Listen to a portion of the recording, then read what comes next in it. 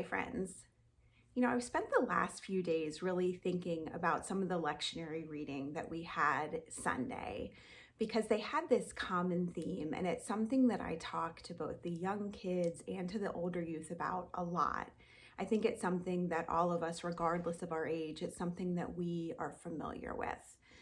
Because you see in all of these readings that we had, there was this theme of not being good enough, not being worthy.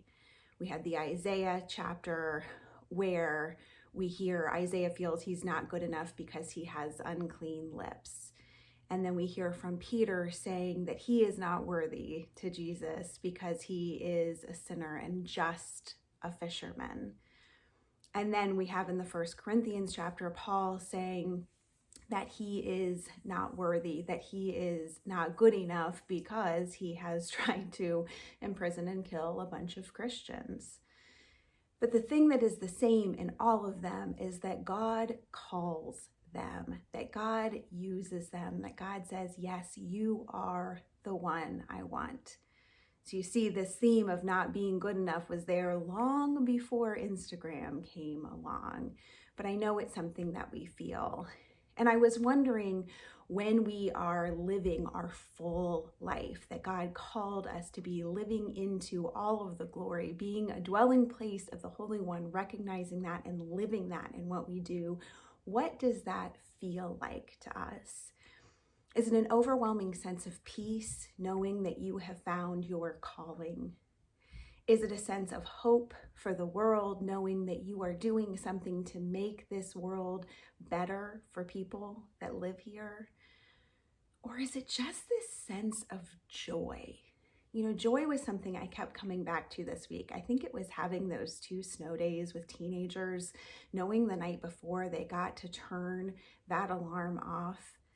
I'm not the youngest person anymore, but I still remember that feeling of knowing the night before. Now, we didn't get a text. We had to watch the ticker on the TV.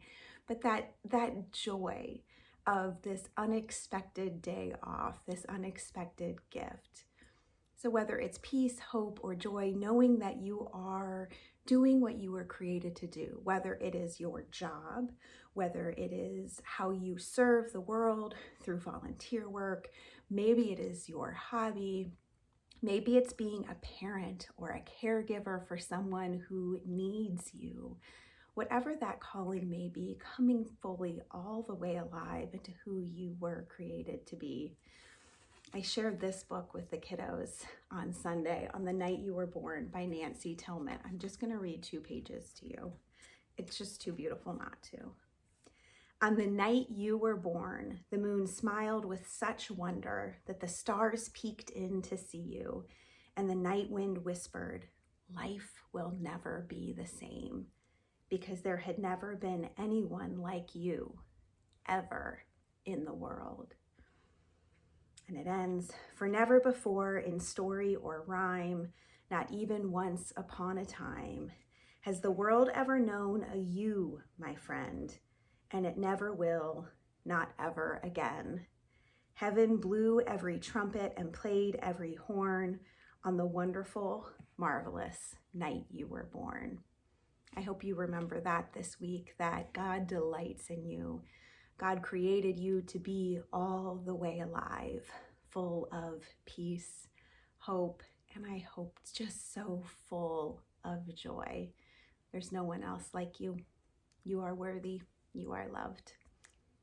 Bye, friends.